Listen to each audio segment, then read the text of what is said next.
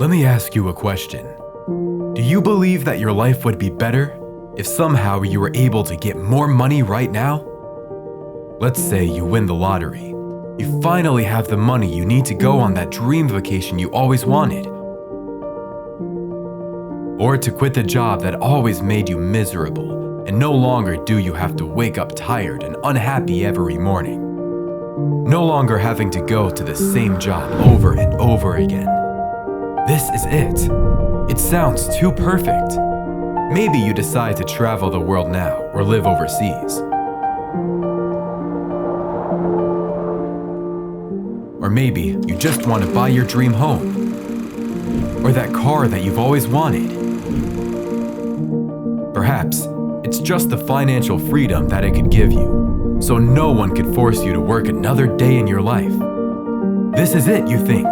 This is the dream. Finally, you can start enjoying your life. This was what your life was missing. Or at least, you thought it was.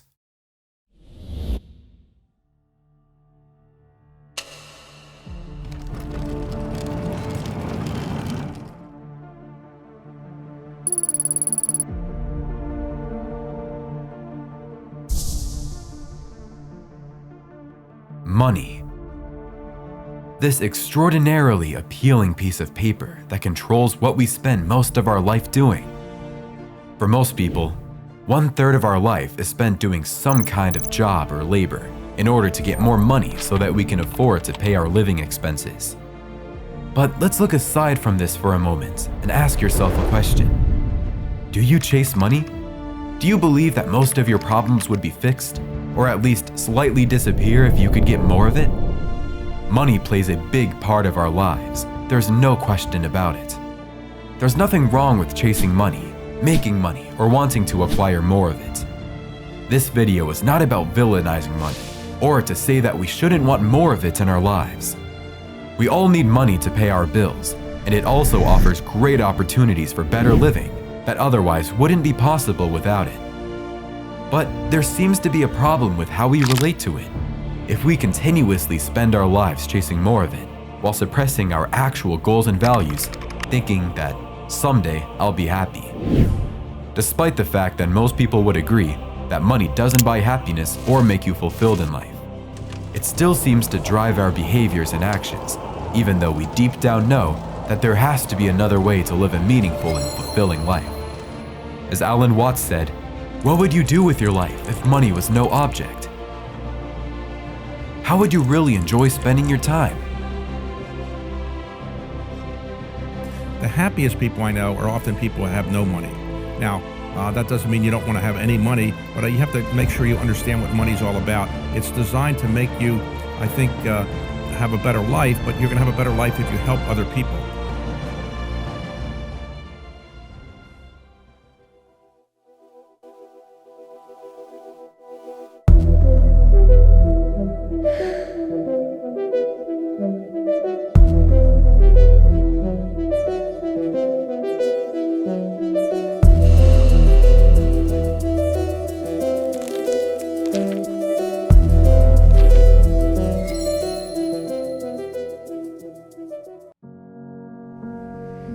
If I gave you the choice right now between attaining a happy mind but an average life with little to no material success, or a successful external life where all your needs would be met and all your desires had come to fruition, what would you choose?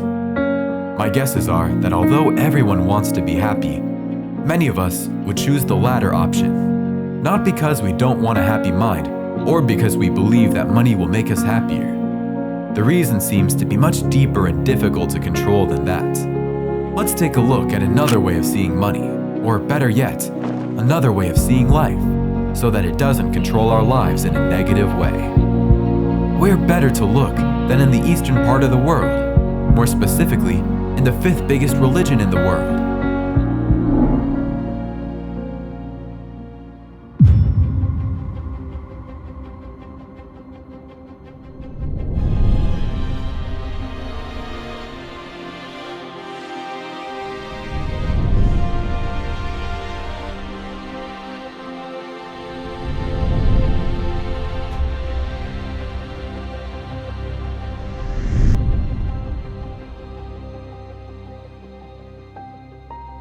Buddhism is often associated with the word happiness.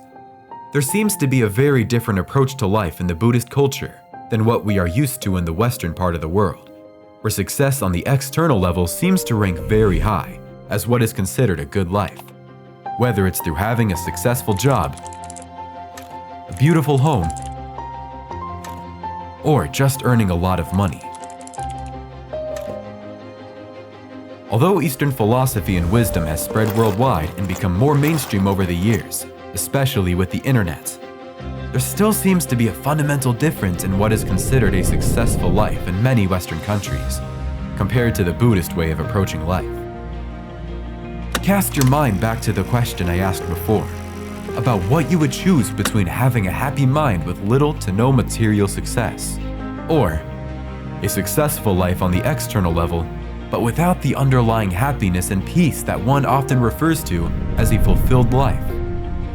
The dilemma our mind gets when faced with such a question is that because our mind is based on desiring and lives only in the past and future, it will never arrive at a place of feeling at peace or fulfilled, at least not for long before the next desire or craving appears again, telling you to go chase the next thing. In Buddhism, desire and ignorance lie at the root of suffering. By desire, Buddhists refer to craving pleasure, material goods, and immortality, all of which are wants that can never be satisfied. As a result of this, desiring them can only bring suffering. Only in feeling at peace in this moment will you ever be fulfilled in life.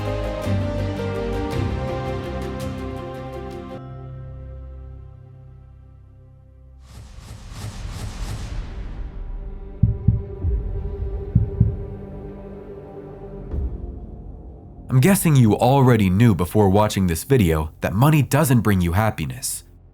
So, what can you learn from the Buddhist way of seeing life?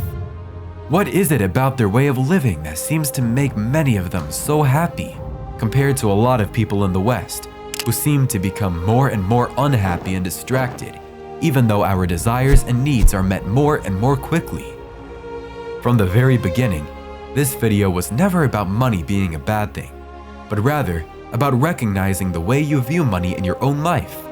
If you feel that you don't chase money, or that money doesn't negatively influence your way in life anyway, then this video hopefully offered some entertainment to you. But for those of you who feel like you're constantly chasing the next thing in your life, whether it's money related, an experience of some kind, or some other things that you desperately feel can make your life better, I challenge you to rather go within and ask yourself a deeper question. Even if you got those things that your mind tells you would make you happier, would it actually change how you feel on the inside? I leave you with one of my favorite quotes from Alan Watts. The meaning of life is just to be alive. It is so plain and so obvious and so simple.